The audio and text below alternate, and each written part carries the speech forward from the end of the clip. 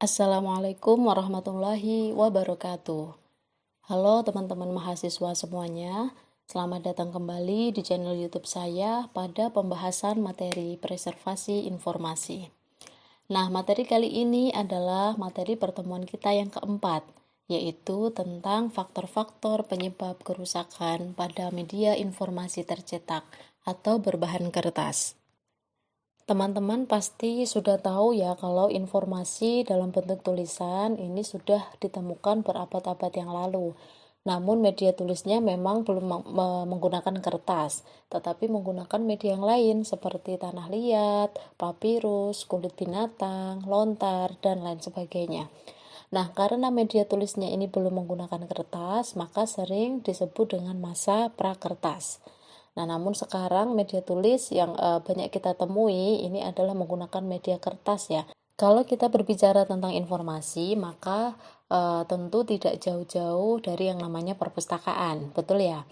Karena perpustakaan ini memang menjadi lembaga yang menyimpan informasi, menjaga, melestarikan, dan juga menyebarluaskan informasi kepada masyarakat. Nah, informasi yang dimiliki oleh perpustakaan, salah satunya itu tersimpan dalam buku-buku yang ada di perpustakaan atau yang kita kenal sebagai koleksi perpustakaan. Nah, koleksi perpustakaan ini adalah aset yang sangat penting bagi perpustakaan karena informasi yang ada di dalamnya ini dapat digunakan oleh banyak orang. Nah, tetapi apabila koleksinya rusak atau bahkan hilang, nah tentu koleksi dan informasinya ini tidak bisa lagi digunakan secara optimal. Dalam melakukan kegiatan preservasi, kita perlu mengetahui faktor-faktor apa saja yang menyebabkan kerusakan pada bahan pustaka. Nah, kalau di perpustakaan berarti pada koleksi-koleksinya ya. Nah, kenapa ini menjadi penting? Karena jika kita dapat mengetahui penyebab kerusakannya, maka kita juga bisa tahu langkah atau jenis preservasi apa yang tepat untuk dilakukan. Teman-teman pasti sudah pernah melihat ya contoh bentuk-bentuk kerusakan pada bahan pustaka. Ya, ada yang sobek, ada yang kertasnya menguning, kemudian ada yang jamuran, basah, dan lain sebagainya. Secara umum, penyebab kerusakan pada bahan pustaka itu terjadi disebabkan karena dua faktor. Yang pertama yaitu faktor internal dan yang kedua adalah faktor eksternal. Nah, faktor internal ini adalah penyebab kerusakan yang berasal dari dalam bahan pustaka itu sendiri atau karakteristik dari bahan pustakanya.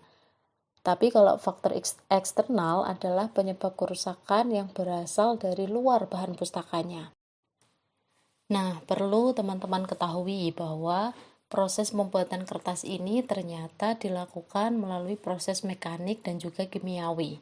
Nah, di mana dalam membuat kertas ternyata juga menggunakan bahan-bahan kimia. Nah, ini yang membuat kertas mengandung beberapa bahan kimia ya, seperti senyawa asam, lignin, dan juga bahan-bahan kimia yang ada pada tinta. Karena kertas ini mengandung senyawa kimia yang memang cepat atau lambat akan terurai ya dikarenakan beberapa hal seperti tinggi rendahnya suhu atau kuat lemahnya cahaya.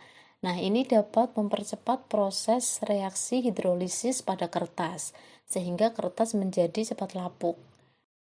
Kemudian aspek lignin. Nah, aspek lignin ini juga berpengaruh ya terhadap kualitas kertas. Nah, lignin ini sendiri adalah zat yang banyak terkandung dalam serat selulosa pada kayu yang banyak digunakan pada kertas. Semakin banyak kandungan lignin yang ada pada kertas, maka dapat merubah warna kertas. Misalnya, yang mulanya warnanya putih menjadi kuning kecoklatan.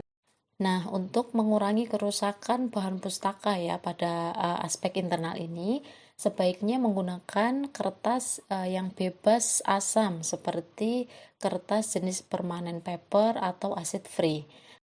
Berikut penjelasan saya tentang faktor internal penyebab kerusakan bahan pustaka. Untuk faktor eksternalnya akan saya bahas di video selanjutnya ya. Terima kasih. Wassalamualaikum warahmatullahi wabarakatuh.